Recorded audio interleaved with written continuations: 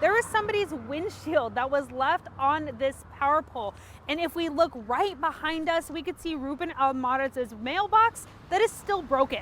Now, flash flood warnings have been issued all over California, including San Luis Obispo County, Ventura, and parts of Los Angeles. And the entire Central Valley is under a flood watch. That is supposed to be a parking spot. Now, there are several parking spots right along here that is completely covered in water. Jeffrey Herger was caught on this Ring camera right here, trying to open that gate right over there. I flew our Fox 26 drone in front of the dam to get a better look at the water releasing from the spillway. Because we couldn't physically get to those stranded, we had to speak on the phone, about 30 feet away from each other.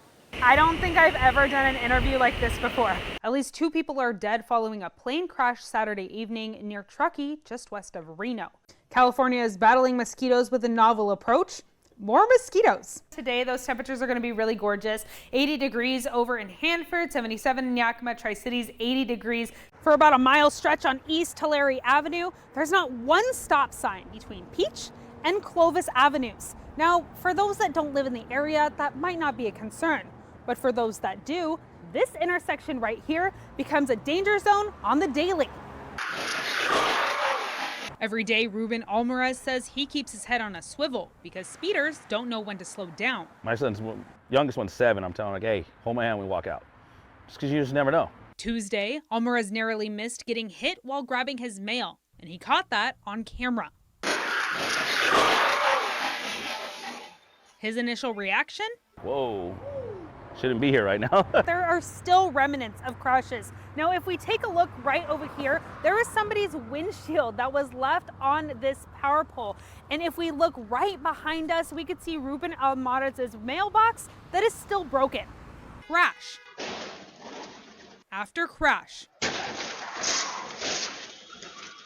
Almaraz says he's lived near this intersection for the last 5 years, and now this is a normal routine. When I get home from work, it's usually dark right now at this time, so I'll usually flash my light, let someone know that someone's right there by the street, just for the simple fact that there's so many accidents there. Part of this intersection falls under Fresno City District 5, and the other part under the county. Almaraz says he's been reaching out to Fresno City Council member Luis Chavez's office for the last year and a half, asking to put a stop sign in.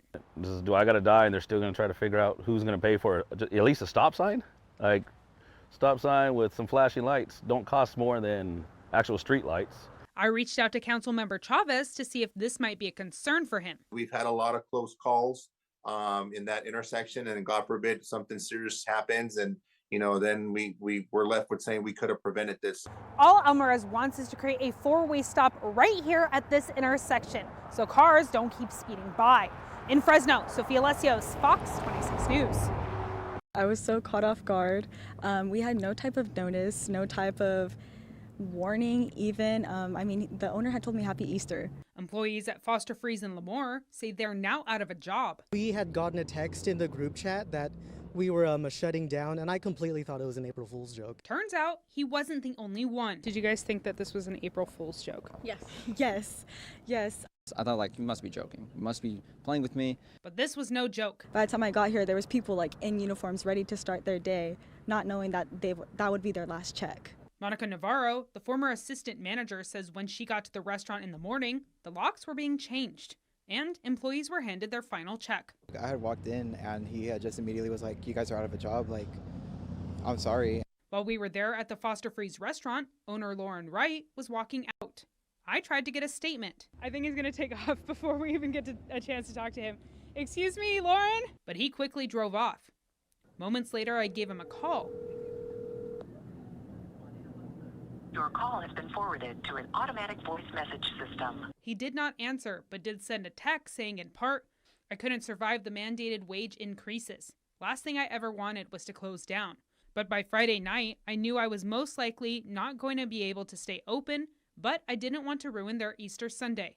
Small businesses can't survive with a 120% plus minimum wage increase over the last 10 years. But his former employees still say they wish they knew ahead of time. I wish it would have been at least a notice. It's like, hey, by the way, we're going to be closing this month, whatever.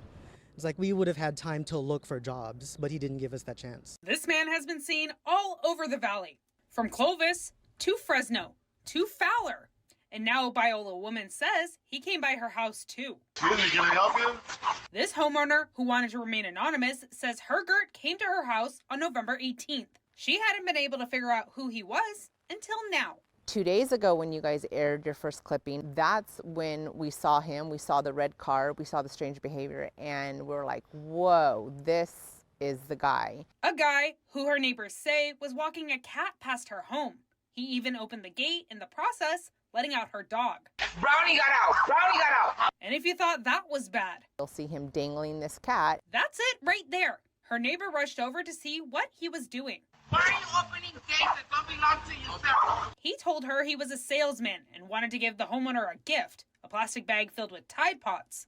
Except My daughter was at home alone, and he was like possibly coming into our property to do God knows who what.